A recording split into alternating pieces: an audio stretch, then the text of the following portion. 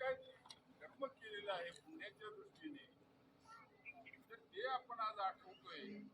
आणि ते आठवत असताना मला आठवलेला एक समजून सांगतो.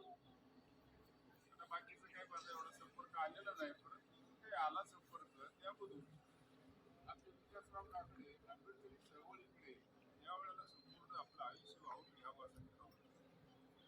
त्यावेळेला कोणती पत्नी म्हणेल तुम्ही काम सोडा मी सर्व आयुष्य. पण तरीही या माऊलीने एक मोठं पुण्य या आयुष्यामध्ये कमवलेलं आहे. आणि स्वतः कष्ट सोसून आमच्या विकास काकडेंना सांगितलं की आता तुम्ही, मी आपलं कुटुंब बघते, मुलं सांभाळते, आणि तुम्ही बाबासाहेबांनी जसं त्यांच्या आयुष्यामध्ये रमाबाईने जसं त्याग केला आणि तुम्ही एक सामाजिक कुटुंब सांभाळते, त्याचाच एक छोटासा अंश त्यांनी त्यांच्या आयुष्यामध्ये कार्य करण्याचा प्रयत्न केलेला आहे. ठिकाण वाचलेलं आहे.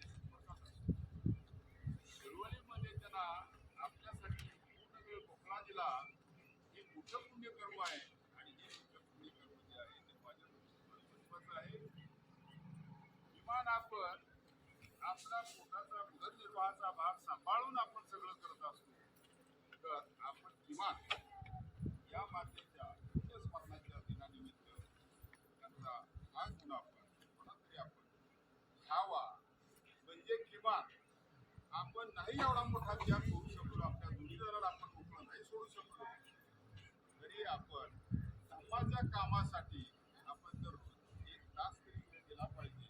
आणि हे बाबासाहेबांचं धर्माचं काम जे आहे आणि ते आपल्या सर्वांच्या कल्याणाचं आहे, आपल्या सर्वांच्या भयमुक्तीचं आहे.